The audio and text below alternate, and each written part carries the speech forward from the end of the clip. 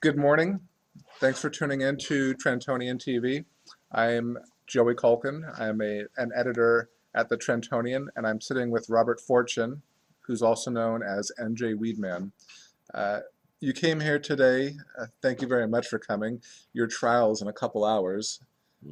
Your trial in Mount Holly in Burlington County, where you grew up.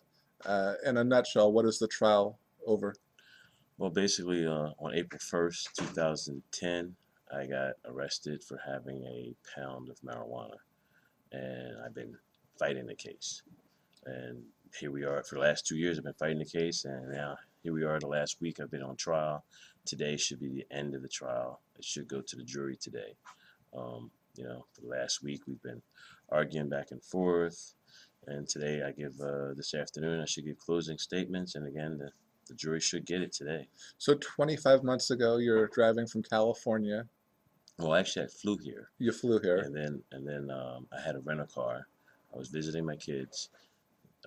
After they were going to bed, I was leaving, heading to a hotel, and I got pulled over by a New Jersey state trooper. So you weren't trying to traffic a pound of really good Cali bud into Jersey to No, sell it, any of that stuff? no, This it was was all mine. medicinal? It was mine. It was Mhm. yours? It was From a mine. dispensary that you ran out there? From my dispensary. I didn't even Right. have to pay for it. On my way out the door, I just grabbed it. The trial began last week, May 1st. Hmm. One of the big things we talked about, you're representing yourself, Yes. and jury nullification is your big argument. Yes. You don't believe the law is correct. Right. Exactly. I believe the current marijuana laws are flawed and outdated, and obviously I believe that our current medical marijuana law isn't quite correct. I think it should be expanded a little bit more.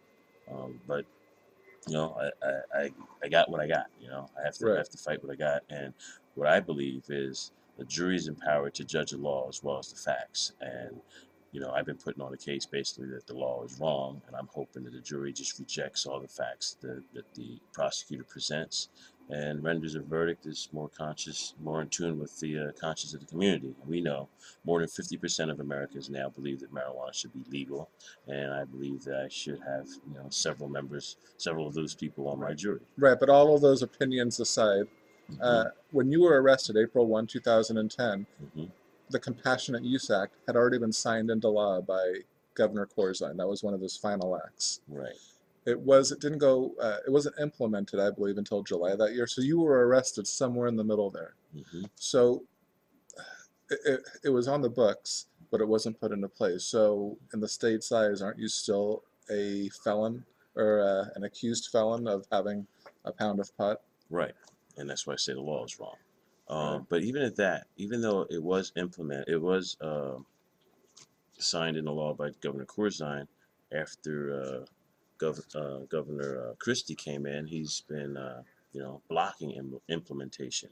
Here it is, over 2 years later now. Not one single person is on the register, the patient registry. Right. I myself, I could be on that register.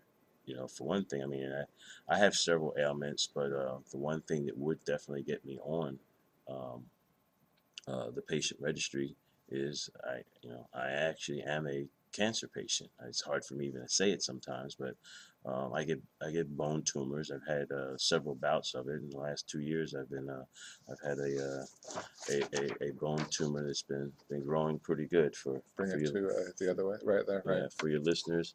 This here is the bone tumor in my right femur. It's benign. I mean, it's not malignant. It's not cancerous or spread.